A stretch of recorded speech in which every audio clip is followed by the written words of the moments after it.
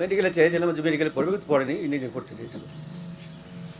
অনেক টাকা খরচ হয় ওখানে, বছরে 5 থেকে 6 লাখ টাকা খরচ করতে হয়, মানে তাদের ফি দিতে হয়, বাংলাদেশে সর্বোচ্চ। তো চেয়েছিলাম যে পড়াশোনা করুক, ও চাচ্ছে, ভালোই করছিল, লেখাপড়া সব কিছু করছিল, সব কিছু ভালোভাবে চলছিল।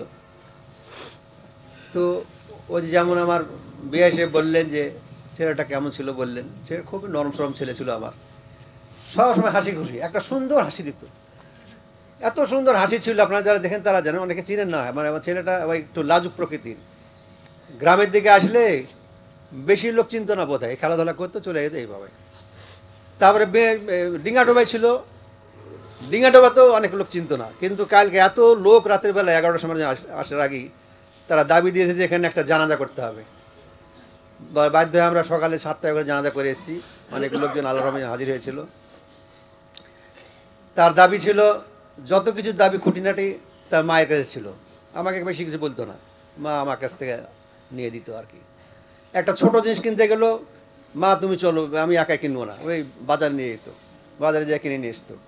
মায়ের সাথে তার এত ঘনিষ্ঠতা, সে মায়ের অবস্থা তো করুন, এখন আপনারা বুঝতেই পারছেন, কাল থেকে কিছু খাইনি, শুধু কান্নাকাটি পরে আছে।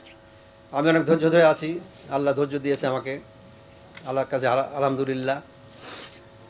তো কালকে সকালে, পরশুদিন রাত্রেবেলায় হঠাৎ করে রিং করছে যে তার আম্মার কাছে, যে আমাকে, আমি এখানে উত্তরায় এসেছি, উত্তরায় ফুটপাতে কোন জিনিস কিনেন না, একটু হাইফাই টাইপ চলে, তো ওই দুটা নিব, গেঞ্জি নিব, ওই যে ফুটপাতে কিনেছে, ওই ভালো লেগেছে, দেখাচ্ছে, ওই ভিডিওতে আজকাল দেখাই। তো বলছে একটা জুতাও কিনবো, তো 2000 টাকা পাঠাও। তো আমাকে বললাম, পাঠিয়ে দিলাম। প্রতিবার যাওয়ার আগে কিন্তু আমি বলি যে এইভাবে চলবা, ছাদে উঠবা না, পানিতে বেশি সাঁতার জানো না যেহেতু। কিন্তু কালকে কী যেন মানে ভুলে গেলাম, আল্লাহ ভুলিয়ে দিল, তার সম্বন্ধে কোনো মনেই নাই যে আজ পিকনিকে যাবে সে। পরে যা হোক, আমি আর আমার ওয়াইফ আবার ওই বাজার দিয়ে গেলাম, যাতে যেতে সদর হাসপাতালের সামনে যখন গেছি, তখন একটা টেলিফোন আসলো। টেলিফোনে বলছে, আপনি কি জুবাইরের আম্মা? বলছি জি। তো জুবাইর তো ওই অ্যাক্সিডেন্ট করেছে, তো আপনি, তো বলছে তুমি কে বলছো বাবা? তো বলছে না, আমি টিচার। বলছে কীরকম অ্যাক্সিডেন্ট করেছে? তো আর বললো না, কেটে দিল। সৎ চরিত্র ছিল, আমার যত জানি, কোনো দিকে কোনো খেয়াল থাকতো না, নামাজি ছিল। এই তা আপনারা যাক, অনেক কথা হলো, আপনাদের এই মুরারিপুরে কম আসছে, তবে ওই ফিল্ডে যে খেলাধুলা করতো যেহেতু, তো কারো শরীরে কোনো যে ঝামেলা ঝুঁকি হয়ে থাকে, কারো তার আচরণে ঝামেলা হবে না, আচরণে যদি কেউ ক্ষুব্ধ হয়ে থাকেন বা খারাপ মনে হয়, তাহলে পরে আপনারা তাকে করে দিন, ক্ষমা করে দিন। এটা তো আমরা চাই না, কারণ সে যাচ্ছিল একটা শিক্ষা সফরে। আমি মিডিয়ার ভাইদের ডিস্ট্রাকশন করব যে শিক্ষা সফর, যে আইইউটি ইউনিভার্সিটি, আপনারা সবাই জানেন বাংলাদেশের মধ্যে সে মানে ইন্টারন্যাশনাল ইউনিভার্সিটি হিসেবে স্থান পেয়েছে। সেই ইউনিভার্সিটিতে শিক্ষা সফরে যে সেখান থেকে কেন এই দোতলা গাড়িতে এই সফরটা ব্যবস্থা করা হলো, যে নিরাপত্তার ব্যবস্থা করা হলো না কেন? ভিসি মহোদয়, এই যারা দিনে দায়িত্ব পালন করেছেন, ডিপার্টমেন্টাল প্রধান ছিলেন, আমি মনে করি তারা এর জন্য দায়ী।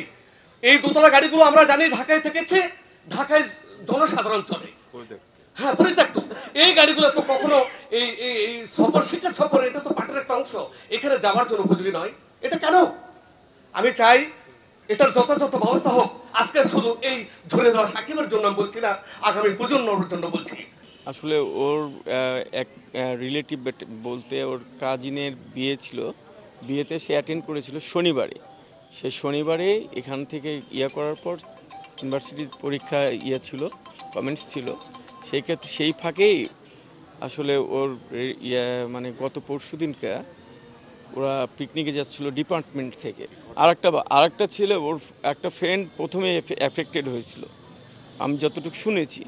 এফেক্টেড হওয়ার কারণে ও যখন ছটপট করছিল তখন ও আগিয়ে গেছে, আগিয়ে যাওয়ার পরে ও ছেলেটাকে রিলিজ করতে পেরেছে, বাট এই যে কোনো কারণে মেবি পড়ে গেছিলো। পড়ে যাওয়ার কারণে ওই ছেলেটাকে সে আর উঠতে পারেনি, ওকে আরেকজন মনে হয় রিলিজ করার জন্য গেছে, ওই ছেলেটাও এফেক্টেড, দুজনেই মনে হয় স্পট ডেথ হয়েছে ওখানে।